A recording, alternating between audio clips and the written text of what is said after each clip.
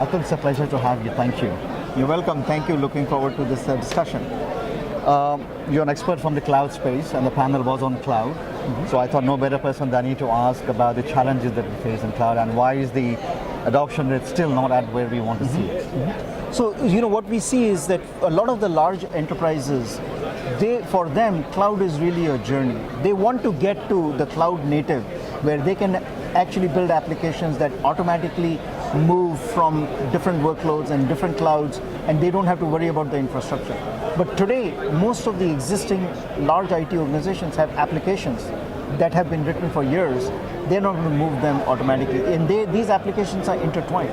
So the big thing that most of these IT organizations are looking for is, how do I just drive significant amounts of efficiency by automating the routine tasks like provisioning a server, patching the server, doing compliance, so that they can now invest in the orchestration of the workflows and processes, what you're really trying to do is stitch together the different disparate pieces so that you are driving down the cost to do this manually, and then also create agility so that you can transform that service delivery to build, operate, and manage the hybrid cloud.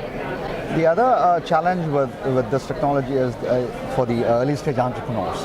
When they hear cloud and a big infrastructure, they think, that's the best thing for us to collaborate with. But that is not it though.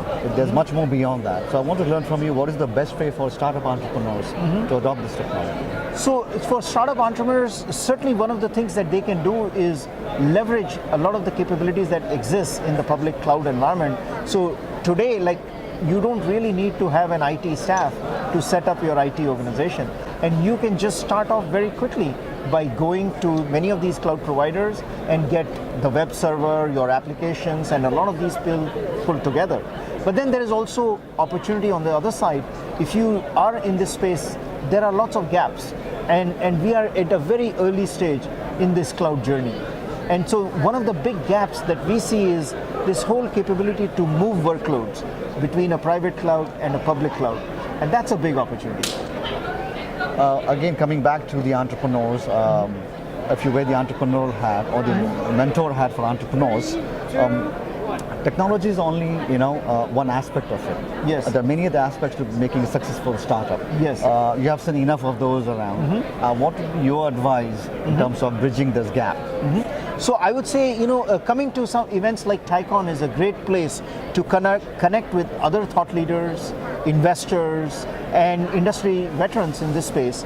And then also in terms of, when you have this idea, the key thing is to get validation from some customers. Because a lot of the time, you might have a great idea and it looks very promising, but until you get some customers who can say, yeah, I have looked at everything in the marketplace and I don't have anything like this, and I would love to get this capability. So getting those first few customers is going to be very important.